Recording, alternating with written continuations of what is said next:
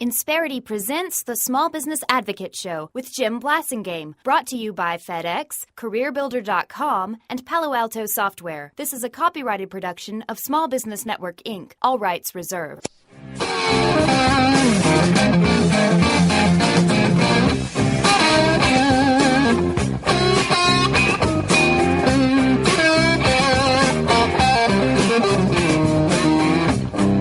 Welcome back, 17 Till. I'm Jim Blasingame. Thank you for staying with me. Hope you check out my website, smallbusinessadvocate.com. Hope you check out the articles, the archives. Subscribe to my newsletter while you're there. Don't forget to do that. We'll send that to you every Sunday afternoon by email. Get you ready for the week ahead.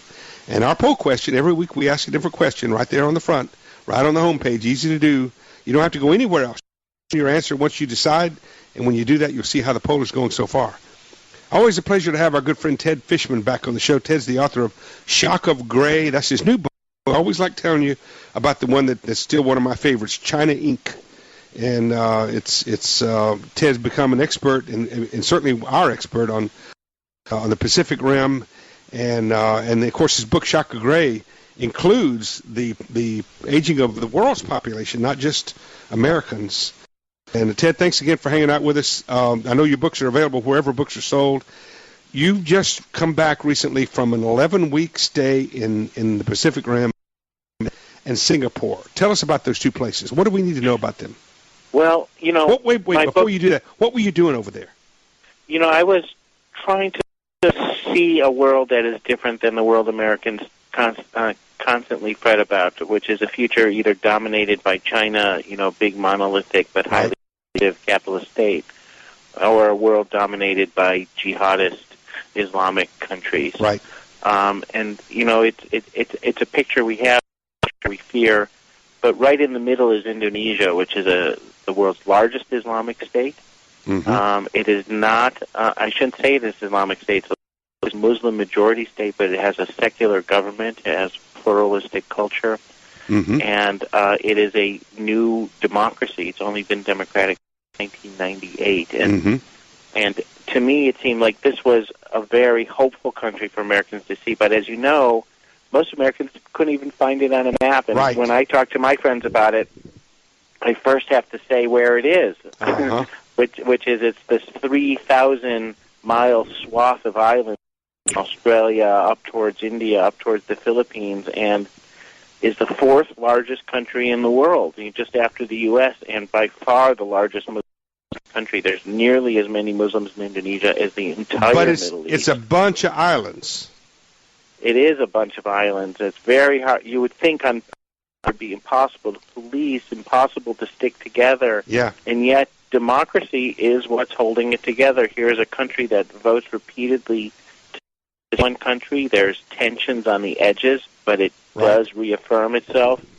The elections there are impossible to run. You've got to get ballots from hundreds and hundreds of islands back to the mm-hmm. capital, Jakarta, and yet it works. And I was fascinated in this, and I wanted to explore it because I know Indonesia is also a very, very country. The politics are broken in some ways that might feel familiar at home. But you lived there. You this wasn't your first trip there.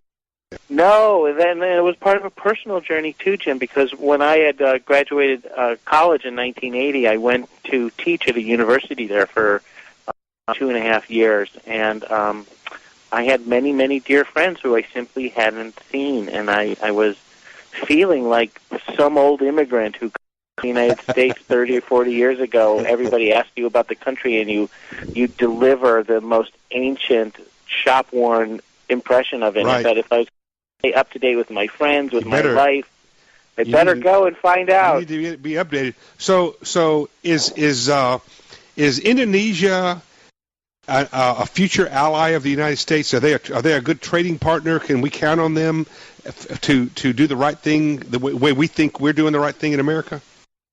Our politics are changing, and it seems like we're getting more and more fearful of the Muslim world in some ways, and I think if we can get an appreciation of Indonesia, that would diffuse a lot of that. Yeah. And they are very pro-American. Their president studied in the United States. He studied mm-hmm. at our great military camps here for high officers. He studied Right. in an American university. You'd be surprised how popular English is in Jakarta. I just heard it everywhere, spoken Yeah. quite well. That's good. What about Singapore? Now I got a couple of minutes left. What did you learn in Singapore? Tell the audience where Singapore is and how it's structured. Singapore is more than any city I saw in China. It was one of the poorest places in the world mid-century, and it has really heaved itself up mostly through education and by being a kind of Swiss banking center for money that flows through Singapore. But it is a highly functional state. It give anybody who says, you can't have good government, you can't have functioning government in the third world, just has to see how Singapore's It's astonishing. And now it's pushing towards democracy. The ruling party there, which has been in power forever, was shocked in the last elections and only got 55% of the vote. Right. And it's doing a lot of self-examination. But things are opening up there, and it's still functioning. It's quite remarkable, and it's done it because it has a population that has the language skills, the business skills, and that make them great global trading partners. Mm-hmm.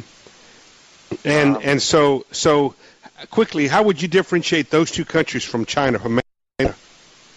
Well, China is a single-party state, and when you go to Indonesia in particular, there's several layers of existence that aren't there in China. Nobody talks about religion in China. Nobody talks about politics in China. China is 95% Han Chinese. Asia has 600 different ethnic groups and languages. Yeah, interesting. And China holds together by the ties of genes. It holds together by an idea. Exactly, and I like that. Hey, Ted, I know you got to go this time. Thanks for being here. Good job. We'll see you next time. Thank you, Jim. Ted Fishman, ladies and gentlemen. Shock of Grace book. Check it out.